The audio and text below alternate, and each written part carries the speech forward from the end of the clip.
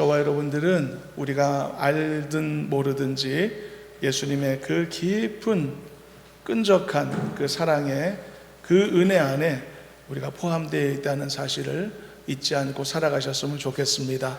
어려울 때도 나는 혼자가 아니다, 나는 하나님과 동행하는 인생이라는 것을 기억하며 산다면 어려움도 얼마든지 극복하고 승리의 길을 걸을 수 있는 줄로 믿습니다. 이런 승리가 우리 가운데 있기를 간절히 소망합니다. 절따라 한번 해보겠습니다. 손 들고서요. 나는 주 안에서 항상 행복합니다. 나는 주 안에서 반드시 승리합니다. 그렇게 될 줄로 믿습니다.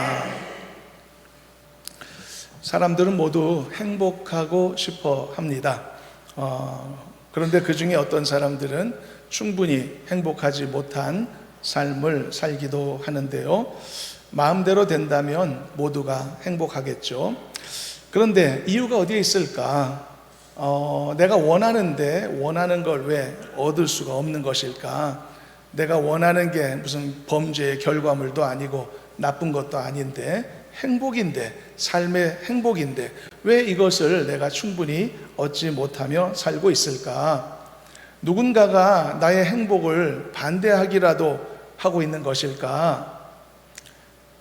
어떤 사람은요, 계속되는 인생의 실패를 경험하고 또 그로 인한 많은 상처받음으로 인해서 세상 모두가 나를 반대하고 있다라고 생각하고 나의 성공을, 나의 잘됨을 사람들이 회방하고 있다라고 그렇게 생각하기도 합니다. 그래서 나를 반대하는 나 외에 모든 세상의 사람들과 홀로 맞서 싸우면서 살아가는 그런 사람들도 없지 않습니다. 그것은 상당히 과한 생각이다라고 말할 수 있을 것입니다. 과거에 주인으로부터 학대를 받았던 강아지는요, 구출이 된 후에도요, 꼬리를 말고 공포에 떱니다. 그러면서 자기를 도우려는 사람들조차도 극도로 경계하는 태도를 보여주곤 하죠. 마치 모든 인간들이 자신을 학대하려고 달려드는 사람인 것처럼 그렇게 큰 착각을 하고 그렇게 살아갑니다. 극진한 돌봄을 계속 던져주고 받게 되면 비로소 이제 마음이 풀어지게 되는 그런 이렇게 단계를 거치지만은, 그런데 중요한 것은 그 마음을 여는 시간이 길어지면 길어질수록 안타까운 시간이 계속 흘러가는 것이겠죠. 세상이 나를 방해하고 있고 세상이 나를 반대하고 있고 나를 괴롭히고 있고, 그런 생각도 과할 때가 많다는 것입니다. 계속 그 생각만 품고 살아가면 그 상처가 더 깊어질 수밖에 없고 아물 수 있는 기회를 잃어버리고 마는 것이죠. 그래서 우리는 생각을 조금 전환할 필요가 있습니다. 사실을 알고 보면요, 누구도 나의 행복을 반대하지 않는 것입니다. 아무도 말입니다. 궁극적으로 보면 그렇습니다. 우리가 좀 너무 삐뚤어진 생각을 갖고 많은 인생의 상처의 경험으로 인해서 그렇게 생각을 그냥 고정시킬 때가 많은데, 그 생각을 우리가 조금 내려놓을 필요가 있다라고 봅니다. 그리고 여러분, 중요한 한 가지 사실이 있는데 여러분 그거 아십니까? 하나님도 내가 행복하기를 원하신다는 것입니다. 신명기 10장 13절 말씀에 보면 이런 말씀이 있습니다. 내가 오늘 너의 행복을 위하여 너에게 명하는 여호와의 명령과 규례를 지킬 것이 아니냐 라고 말씀합니다. 내가 오늘 너의 행복을 위하여, 하나님께서도 우리에게 명령하시고 가르치시는 궁극적인 목적이 나의 행복을 위하여라고 말씀하고 있다는 것이죠.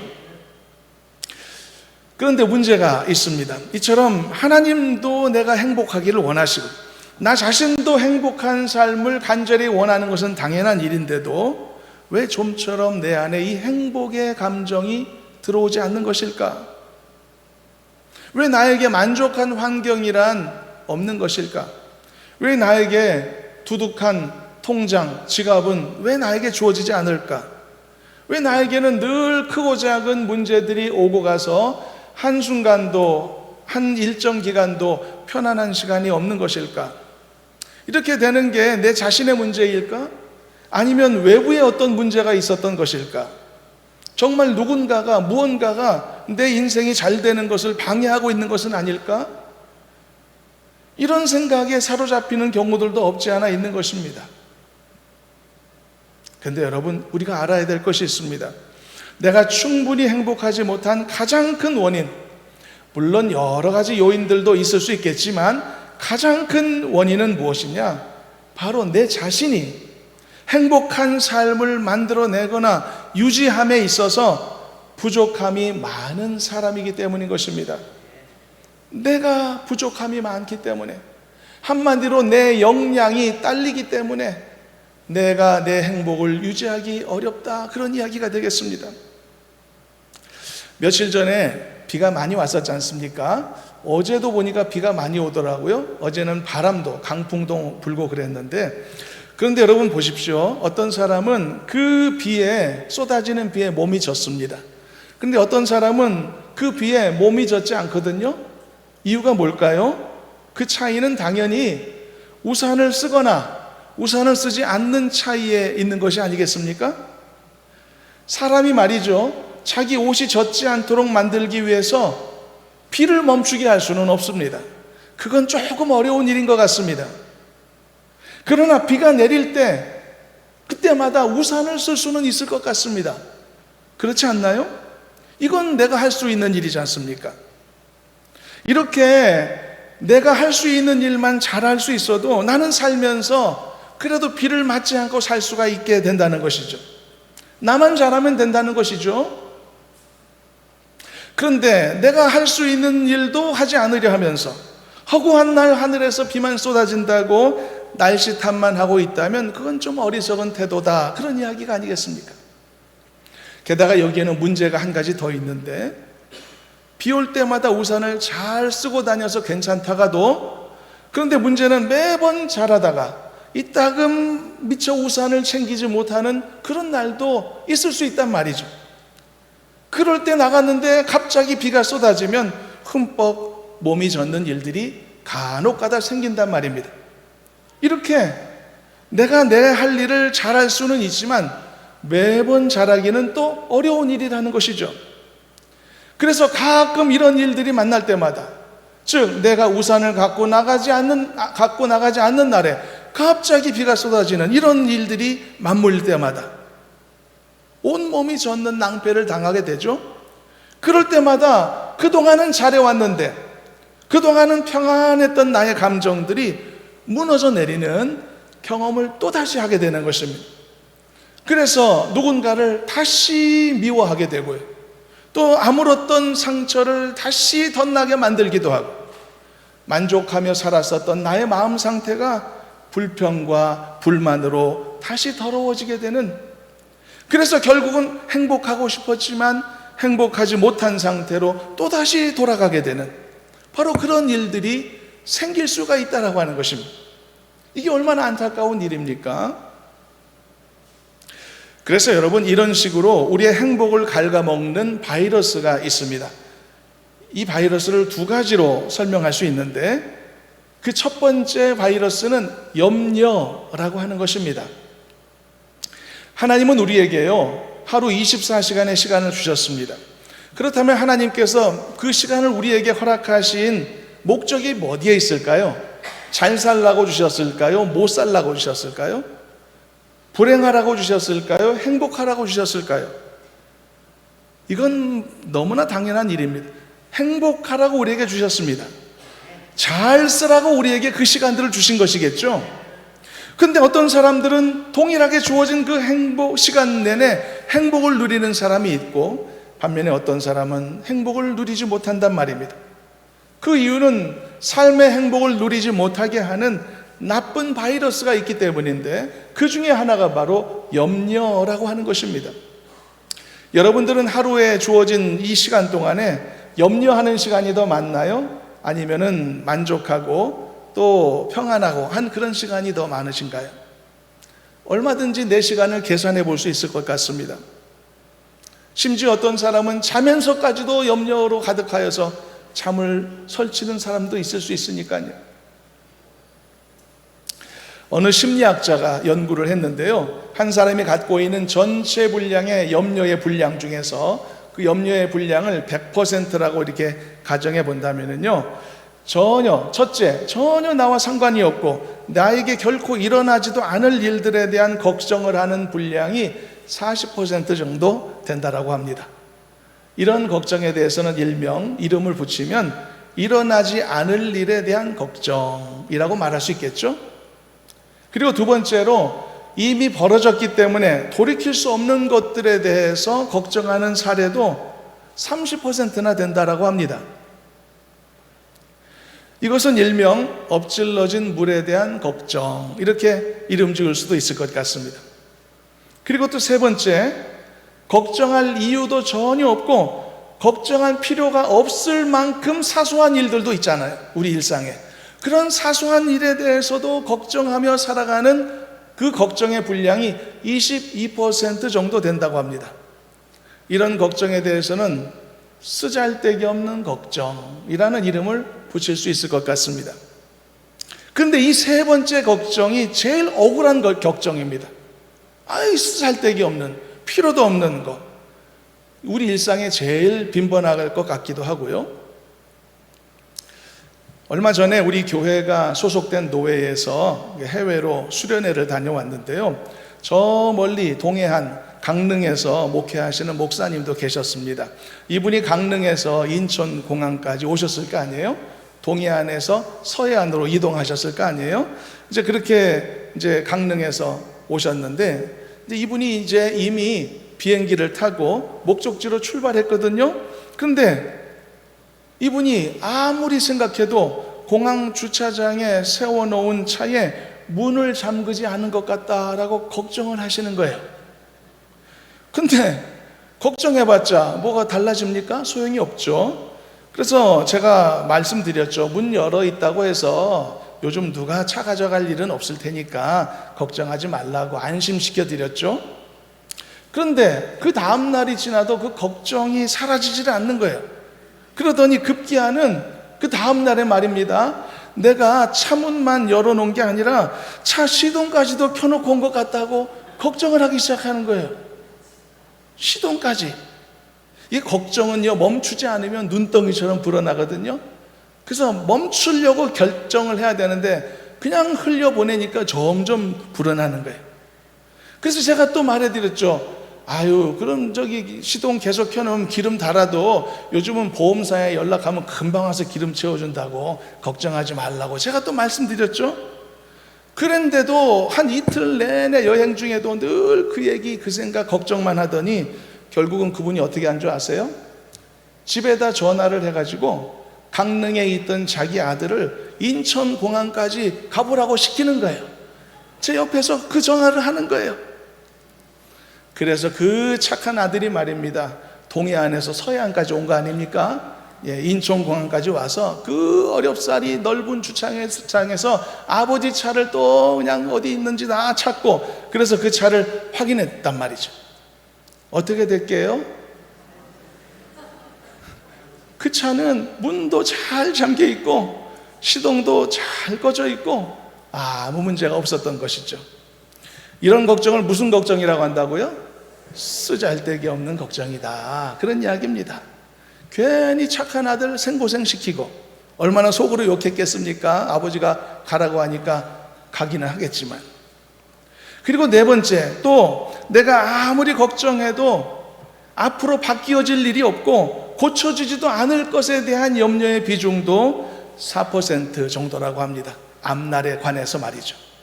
이것은 일명 부질없는 걱정이라고 이름 붙일 수 있겠고요. 다섯 번째, 마지막으로요, 이제는 내가 걱정함으로 인해서 결과적으로 걱정의 효과를 볼 수 있는 사례도 없지는 않다고 해요. 근데 그 확률은 4%에 불과하다고 합니다. 그러니까 전체 계산을 해보면 이 4%를 제외한 나머지 96%는 안 해도 되는 걱정이었다는 것이죠. 부질없는 염려였다, 그런 이야기인 것이죠. 그래서 여러분, 성경에서는요, 너희는 염려하면서 살아라, 그런 말씀이 없습니다. 성경에서는요, 너희는 염려하지 말라라고 말씀하고 있죠. 엄청나게 다른 메시지입니다. 세상에서 주는 메시지하고는 아주 다른 성격입니다. 재미있는 부분이거든요. 세상의 교훈은요, 염려하면서 살아라고 말합니다. 돌다리로 어떻게 해야 된다고요? 두들겨 보고 건너라. 아는 길도 어떻게 하라고요? 물어서 가라. 이게 뭡니까? 확인하고 또 확인해라. 안심하지 말고 또 확인하고 걱정하고 그렇게 해야 살아갈 수 있다고 세상에서는 그렇게 교훈하죠. 근데 성경은 뭐라고요? 아무것도 염려하지 말아라. 너무 다른 메시지. 여러분, 염려는 행복을 갉아먹는 가장 독성 강한 악성 바이러스입니다. 여기에 감염이 되면 수렁에서 나오기가 힘듭니다. 앞에서 그 사례처럼 계속 눈덩이처럼 걱정은 불어나죠. 그렇게 되면 언제나 수색이 가득한 표정으로 살아갈 수밖에 없고 얼굴이 그늘진 채 살 수밖에 없는 것이죠. 저는 사랑하는 모든 여러분들이 예수님을 믿고 얼굴이 환하게 펴지는 기적을 경험하게 되기를 간절히 소망합니다. 예수님을 믿고 삶의 행복을 경험하는 은혜가 있기를 간절히 소망합니다. 분명히 가능한 길이 있다는 것을 성경은 우리에게 알려주고 있습니다. 이것이 여러분들을 이 자리에 초청한 이유이기도 하고 여러분들이 이 자리에서 예배를 드리고 계시는 이유이기도 한 것입니다. 그리고 두 번째, 나의 삶의 행복을 갉아먹는 두 번째 바이러스가 있습니다. 그것이 바로 불필요한 기억에 집착하는 것입니다. 이게 굉장히 중요한 부분이기도 합니다. 좀 짧게 말하면 기억에 대한 집착입니다. 과거의 기억이죠. 기억은 언제나 과거 거니까. 여러분들은 평소에 좋은 기억을 많이 하며 사시나요? 아니면 나쁜 기억을 많이 하며 사시나요? 이런 말이 있습니다. 어떤 글에 기억은 우리를 고통스럽게 하는 일에는 늘 친절하지만 우리를 기쁘게 해주는 일에는 늘 태만하다. 그런 말이 있습니다. 기억도 편향되어 있다. 그런 의미겠죠. 우리는 선택적 기억을 하면서 살고 있다. 그런 이야기입니다.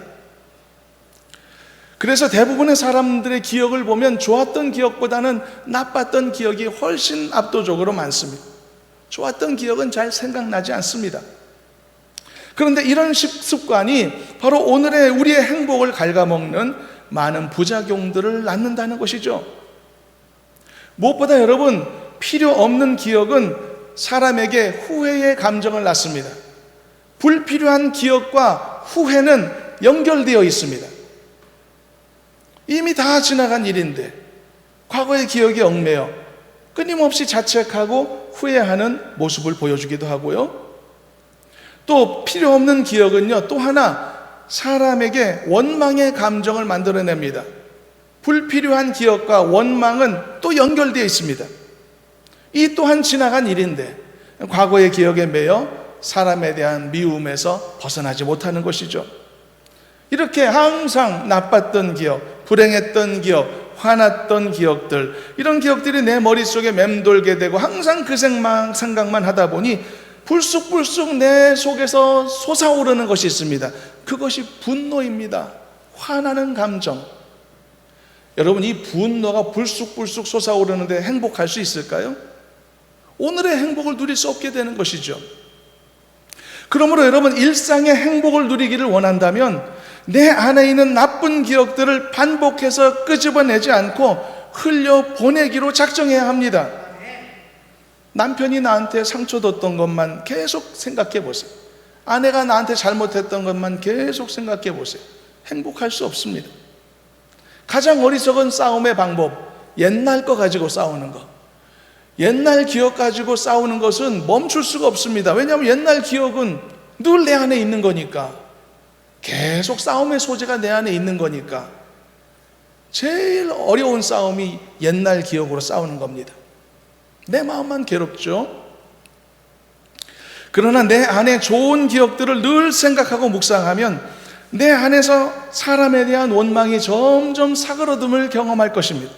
그리고 긍정적인 방향으로 내 삶의 방향이 바뀌게 되는 것이죠. 그래서 저는 여러분들이 다 예수님을 믿는 온전한 그리스도인들이 되셔서 몸과 마음의 상처를 치유받게 되기를 바라고요. 이런 놀라운 몸과 마음의 변화를 경험함을 통해서 이전에 누릴 수 없었던 마음의 평안과 행복을 누리며 살아가는 복된 자들이 될 수 있기를 간절히 소망합니다.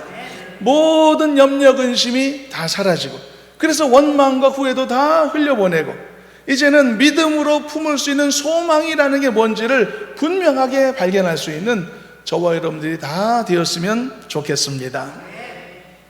자, 그렇다면 이제 이것을 얻기 위한 방법을 말씀할 순서가 됐습니다. 자, 방법이 중요하죠. 내가 오늘 행복하게 살지 못하는 이유는 내 안에 있는 후회의 감정 때문에, 내 안에 있는 원망과 분노, 불필요한 기억들 때문이라고 우리가 정리했지 않습니까? 그렇다면 이런 것들을 이제 내려놓아야 되는데 이유가 있어야 되지 않겠어요? 내가 이런 것들을 과감하게 내려놓을 수 있을 만한 어떤 근거가 나에게 있어야 되는 것 아니겠습니까? 그냥 뭐 내려놔 한다고 내려놔지는 거라면 벌써 내려놨었겠죠. 그래서 이제는 그 이유에 대해, 그 근거에 대해서 말씀을 나눠보도록 하겠습니다. 먼저 함께 오늘 본문을 읽어보시도록 하겠습니다. 본문 28절에서 30절까지.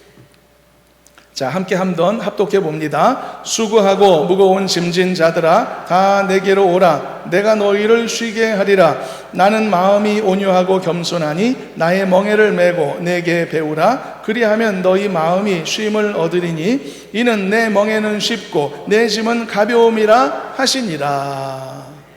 예수님이 하신 말씀입니다. 예수님이 여러분들에게 하시는 말씀입니다.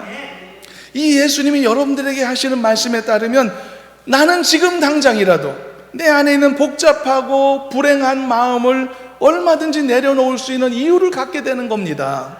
내 안에 지금도 가끔 불쑥불쑥 튀어나와서 내 마음을 분노케 만드는 모든 옛적의 나쁜 기억들을 기꺼이 흘려보낼 수 있는 이유를 갖게 되는 것이란 말입니다.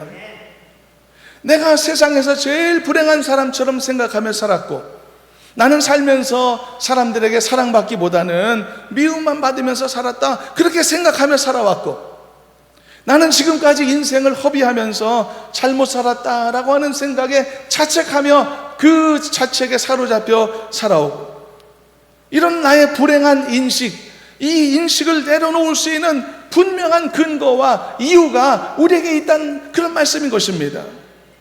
말로만 행복하자 그런 게 아닌 것입니다. 말로만 나쁜 기억에서 벗어나자 그런 말씀이 아닌 것입니다. 이렇게 할 수 있는 분명한 근거가 있기 때문에 이렇게 할 수 있다, 이렇게 하자, 이렇게 말씀하고 있는 것입니다. 세상에서는 앞에서 염려해야 된다, 걱정해야 된다, 또 재확인해야 된다, 이게 세상의 메시지라고 했죠. 성경에서는 아무것도 염려하지 말라고 말씀했죠. 어떻게 이렇게 메시지가 다른가? 근거가 없다면, 이유가 없다면 아무 의미가 없는 것이죠.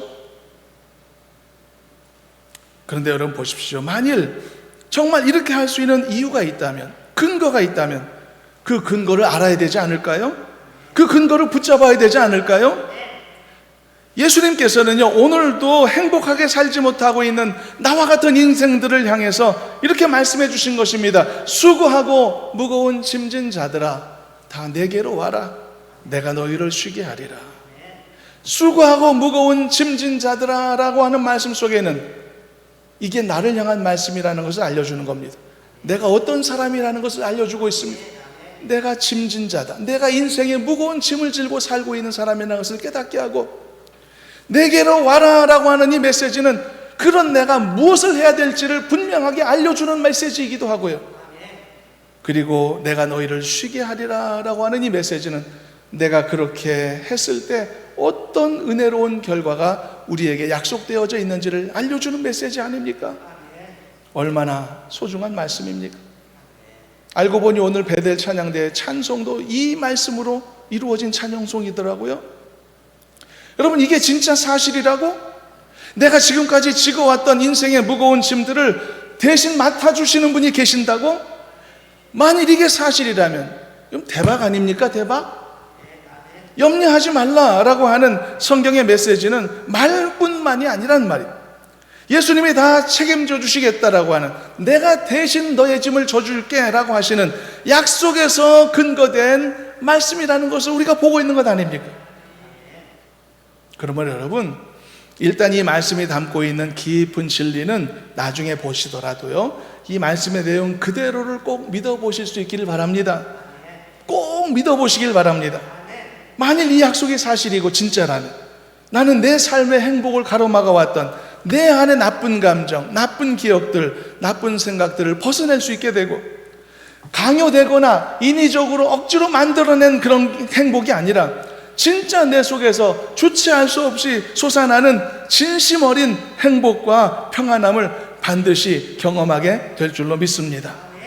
저와 여러분 모두가 예수 믿음으로써 이렇게 행복과 자유를 누릴 수 있게 되기를 간절히 소망합니다.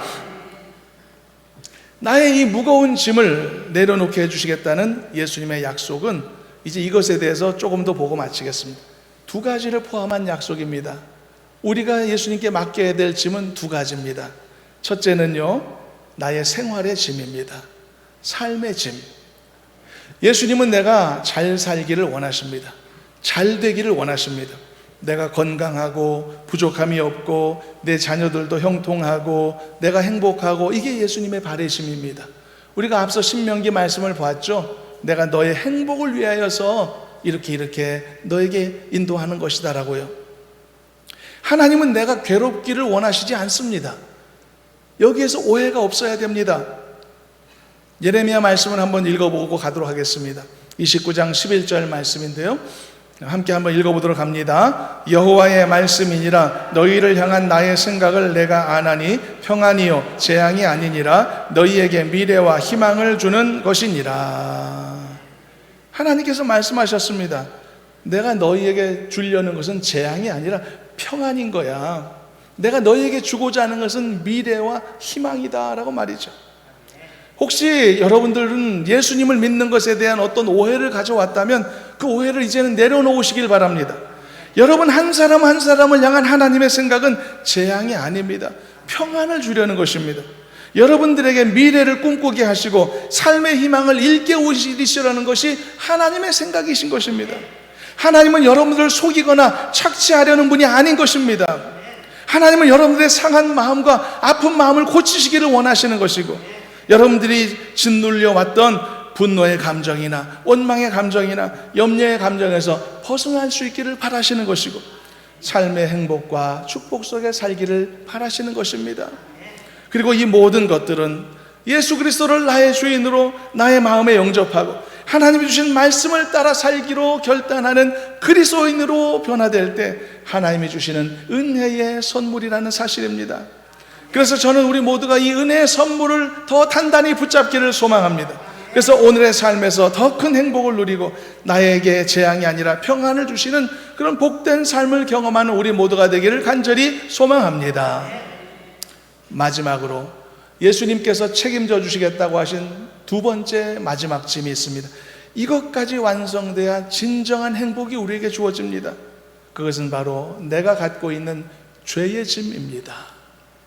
모든 인생은 다 하나님 앞에 죄인이라고 성경은 말하죠. 그 때문에 우리가 하나님을 모르고 살았고 그 죄 때문에 우리가 많은 것을 잃어버리며 살았다고 성경은 설명합니다. 우리는 우리가 알지 못하는 순간에 많은 것을 잃어버린 채 살고 있게 됐는데, 그 잃어버린 많은 것들 중에 중요한 한 가지가 있습니다. 그것은 영원한 생명입니다. 이 영원한 생명을 잃어버리고 말았습니다. 내 죄 때문에. 성경은 죄의 결과는 사망이라고 설명하죠. 그래서 나는 죄 때문에 사망할 수밖에 없는 운명을 갖게 된 것입니다. 하나님과의 친밀한 교제도 끊어지고 말았죠. 그러나 예수님은 말씀하십니다. 수고하고 무거운 짐진 자들아, 그 짐 속에는 죄의 짐도 포함된 겁니다. 그 짐진 자들아, 다 나에게로 와라. 내가 너를 쉬게 하리라고요. 그럼 어떻게 이 나의 죄의 짐을 해결해 주신다는 것인가? 유일한 방법이 있습니다. 죄 용서에는 항상 대가가 필요하죠. 남의 물건을 부셨지 않습니까? 배상해야 되죠. 배상할 돈이 없습니까? 몸으로라도 떼어와야 되죠. 이게 세상의 법입니다. 그런데 나는 내가 지은 죄에 대한 대가를 지불할 능력이 없단 말입니다. 내가 지은 죄가 너무나 크기 때문에. 여러분, 빚을 갚아야 되는데 갚을 돈이 없었던 심정을 경험해 보신 적 있지 않습니까? 절망적인 상황이죠. 길이 없죠. 그러나 예수님께서 내가 지불할 수 없는 죄의 대가를 대신 지불하시기 위해 십자가에서 못 박혀 죽으시고 나를 위한 대속물이 되셨고 무덤에서 부활하심으로 완벽한 승리자가 되신 것입니다. 그리고 이후로 예수님의 십자가와 그 부활을 믿는 모든 그리스도인들에게 이 죄 용서의 은혜를 주신 것입니다. 죄의 짐을 대신 져주시는 은혜를 주신 것입니다. 이 은혜를 얻게 될 때 우리는 죄로부터 자유하게 될 수 있을 것이고, 죄로부터 자유하게 됨으로써 우리에게 주어지는 한 가지 중대한 선물이 있습니다. 그 선물은 바로 영원한 생명인 것입니다. 그리고 또 기쁨과 행복인 것이고요. 그래서 여러분, 예수님을 믿으면 멸망에 빠지지 않고 영원한 천국에 들어가는 것입니다. 바로 이 은혜를 설명하는 것이 이 메시지인 것이죠. 그래서 바로 이 죄 용서를 받은 기쁨과 행복, 그리고 영원한 천국에 들어가는 기대와 소망, 여기까지 회복돼야 되는 것입니다. 이것까지 회복되면 비로소 나는 오늘의 내 행복을 가로막았던 내 안에 있는 염려와 근심을 몰아낼 수 있는 것입니다. 원망과 분노의 감정도 흘려보낼 수 있게 되는 것입니다. 행복하자, 행복하자 말만 해서 안 되는 것입니다. 걱정하지 말아야지, 말아야지 말만 해서 안 되는 것입니다. 이 한 예수님의 이 놀라운 구원의 약속, 죄 용서의 약속을 내 안에 품게 될 때 비로소 이 모든 나의 행복을 가로막는 삶의 무거운 짐들이 다 벗겨지게 된다는 사실을 지금 말씀하고 있는 것입니다. 바로 예수를 믿은 자의 행복은 바로 이렇게 주어지는 것입니다. 저는 여러분 모두가 바로 이 행복을 다 경험하셨으면 좋겠습니다. 예수님을 믿는 온전한 성도님들이 되시고 더 견고히 믿는 신실한 성도들이 되셔서 주 안에서 이 행복을 경험하며 기쁨으로 살아가는 우리 모두가 되기를 주님의 이름으로 축원합니다. 이제 말씀을 정리하도록 하겠습니다. 예수님은 우리에게 약속을 하셨습니다. 수고하고 무거운 짐진 자들아 내게로 오라, 내가 너희를 쉬게 하리라. 수고하고 무거운 짐진 자들은 나에게 대한 올바른 정의입니다. 내가 어떤 사람인가 알려주고 나에게로 오라는 명령은 그런 내가 뭘 해야 될지 분명한 방향성을 우리에게 알려주고 내가 너희를 쉬게 하리라. 그로 인해 얻게 되는 은혜로운 결과까지 우리에게 미리 알려주셨다라고 했습니다. 그러므로 사랑하는 여러분, 예수님을 온전하게 믿으시길 바랍니다.